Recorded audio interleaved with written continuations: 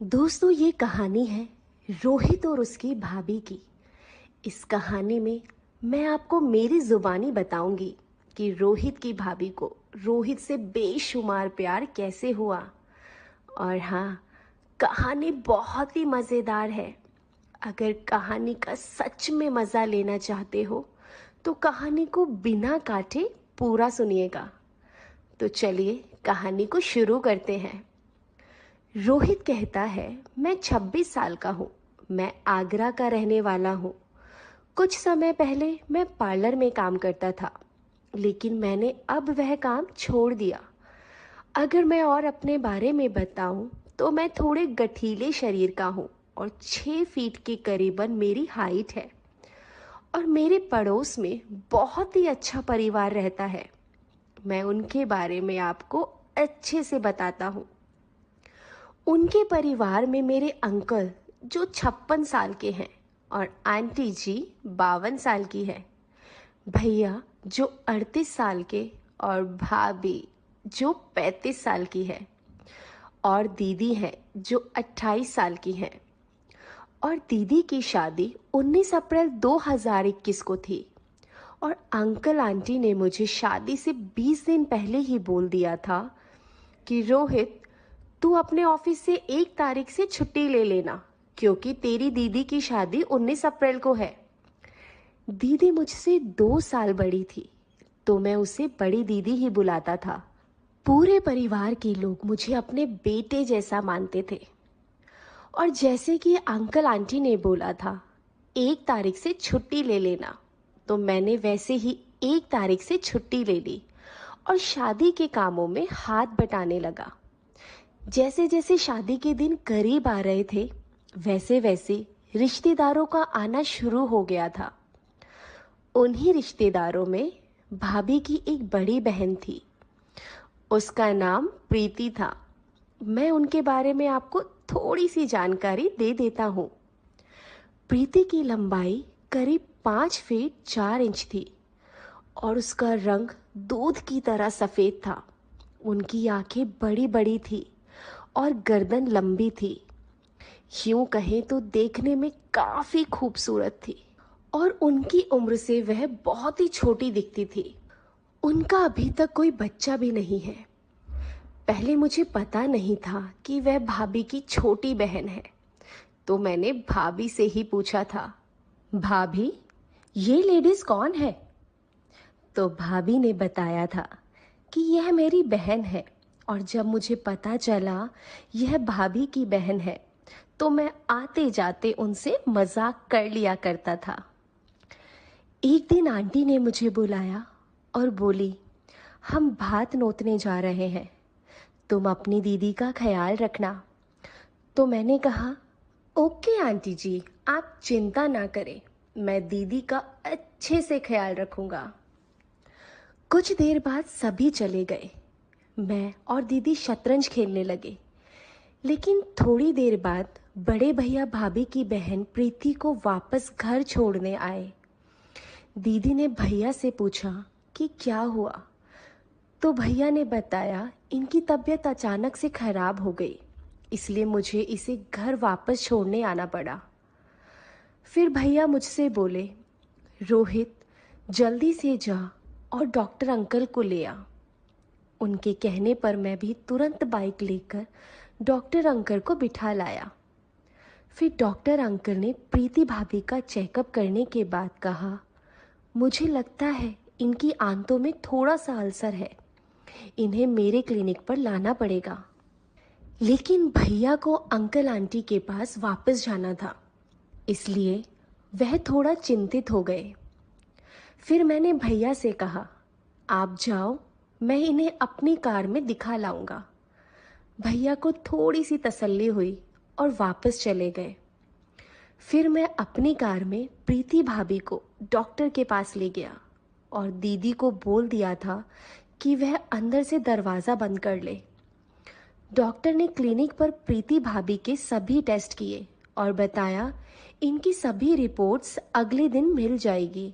फिर मैंने डॉक्टर से पूछा कि क्या मैं भाभी को घर ले जा सकता हूँ, तो डॉक्टर ने कहा, हाँ ले जाइए।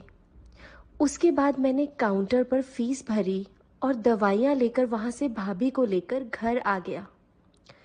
मैंने अपनी गोद में उठाकर भाभी को कार से निकाला और अंदर कमरे में ले जाकर लेटा दिया। भाभी को मेरा व्यवहार इतना अच्छा लगा कि उनके दिल में मेरे लिए एक अच्छी जगह बन गई। फिर मैंने उन्हें गर्म दूध देकर दवाई दे दी। अब तक शाम के 7 बज चुके थे। फिर मैंने अपने और दीदी के लिए चाय बनाई और दोनों ने साथ में बैठकर बातें करते करते चाय पी ली। फिर हमने देखा कि प्रीति भाभी सो चुकी है। हम दोनों अकेले थे तो हम शादी के कार्ड पैक करने लग गए। हमने कुछ टाइम में ही सभी कार्ड्स पैक कर दिए थे और उसके बाद अंकल आंटी और सभी सदस्य घर वापस आ गए और सीधा भाभी के पास चले गए। हम दोनों से कुछ नहीं पूछा। कमरे में आवाज़ होने के कारण भाभी भी नींद से जाग गई थी। फिर भाभी कहने लगी, रोहित ना होता तो मेरी जान ही निकल जाती। बहुत ही नेक लड़का है। यही मुझे कार से डॉक्टर के पास ले गया, मेरी पूरी देखभाल की और मुझे टाइम से दवाइयाँ भी दी। यह सुनकर सभी लोग बहुत खुश हुए। फिर सभी ने मुझे आशीर्वाद दिया और भैया ने तो मुझे गले से लगा लिया। सबके साथ हंसते बोलते मैं वहीं सो गया। सुबह मैं जब उठा तो देखा सुबह के 4 बज गए थे। मैंने भाभी को जगाया कि वह अपना दरवाज़ा बंद कर ले, क्योंकि मैं अपने घर जा रहा हूँ। हालांकि उस दिन संडे था तो उस दिन मेरे धंधे की छुट्टी भी थी। भाभी पूछने लगी, रोहित इतनी सुबह तो कहाँ जा रहा है? मैंने भाभी को बताया, भाभी मैं इतने दिन से यही हूँ, मेरे घर पर धूल मिट्टी हो गई होगी, मुझे घर की सफाई करनी पड़ेगी। वैसे भी मैं कई दिनों से अपने धंधे पर नहीं गया हूँ। आपको तो पता ही है मेरा धंधा क्या है। अगर काम नहीं करूँगा तो कैसे चलेगा? फिर भाभी ने पूछा, तुम कितने बजे फ्री होगा? मैंने कहा 11 बजे फ्री हो जाऊंगा। अगर आपको कोई काम हो तो आप बता दीजिएगा। भाभी बोली, तू पहले फ्री होकर आ, फिर बताऊंगी। मैं ओके बोलकर अपने घर आ गया। सबसे पहले मैंने अपने क्लाइंट को यह बताने के लिए फ़ोन किया कि मैं 19 अप्रैल तक किसी को भी सर्विस नहीं दे पाऊंगा। वो बोलने लगी कि क्या रोहित, हम पर इतना जुल्म क्यों कर रहे हो? यहाँ मैं बहुत बोर फील कर रही हूँ और ऊपर से तुम कह रहे हो 19 अप्रैल तक काम नहीं करोगे। फिर बोली, तुम एक काम करो, तुम आज मेरे घर आ जाओ। आज मैं घर पर अकेले हूँ। तुम जितने पैसे मांगोगे मैं उतने पैसे दूंगी। तो मैंने कहा, चलो ठीक है, तुम इतना बोल रही हो तो मैं आ जाता हूँ। मैंने कपड़े बदलकर बाइक उठाई और उनके घर चला गया। वो मेरा अपनी एक सहेली के साथ बड़ी ही बेसब्री से इंतज़ार कर रही थी। उसकी सहेली मुझे कुछ ज़्यादा ही छोटी लग रही थी। मैंने पूछ ही लिया, ये कौन है? उसने बताया, ये लड़की मेरी एक तरह से सहेली ही है। बेशक इसकी उम्र कम है, लेकिन मेरी और इसकी बातें बहुत ज़्यादा मिलती है, इसलिए तुम भी इसे सहेली ही मानो। इसने आज तक कभी भी ऐसा कुछ नहीं किया है। मैंने कहा, बस बस मैं समझ गया। फिर मैंने दोनों ने जो बोला, जैसे बोला वैसे ही काम किया और 1 बजे मैं अपने घर वापस आने लगा। मेरे घर के पीछे एक प्लेग्राउंड है जिसमें कुछ लड़के क्रिकेट की प्रैक्टिस कर रहे थे। उन्होंने मुझे रोक लिया और बोले, यार रोहित, हमारे साथ क्रिकेट खेलो ना।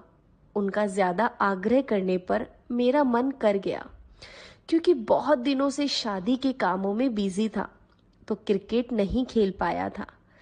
इसलिए मैंने उन्हें कहा, मैं घर बाइक खड़ी करके आता हूँ। फिर मैं ग्राउंड में वापस आ गया, लेकिन कुछ टाइम बाद मुझे टॉयलेट के लिए वॉशरूम जाना था, लेकिन वहाँ कोई वॉशरूम नहीं था। तो मैं एक साइड कोने में वॉशरूम करने चला गया। लेकिन मैंने देखा कि प्रीति भाभी ने मुझे छत से वॉशरूम करते देख लिया है और भाभी मुझे देखकर मुस्कुराने लगी। फिर मैंने सोचा, ये तो प्रीति भाभी है, कोई और लेडी नहीं है, इसलिए मुझे डरने की कोई ज़रूरत नहीं। फिर मैं वापस ग्राउंड के अंदर चला गया। फिर मैंने खूब मज़े से क्रिकेट खेला और मैच भी जीता। फिर मैं शाम के 4 बजे तक घर आया और मेरे घर एक बच्चा आया और बोला, अंकल आपको जिन दीदी की शादी है उनके पापा ने बुलाया है। मैं समझ गया अंकल को कुछ काम होगा, इसलिए फिर मैं कपड़े बदलकर दीदी के घर चला गया और मैंने अंकल आंटी के पैर छूकर उनसे आशीर्वाद लिया और प्रीति भाभी से उनकी तबीयत के बारे में पूछा तो उन्होंने बताया, अब मैं ठीक हूँ। फिर मुझे अंकल ने अंदर कमरे में आने को बोला और बोला, बेटा ये कुछ कार्ड्स बांटने हैं, तो तुम कल सुबह अपने भैया के साथ जाकर ये कार्ड्स बांट देना।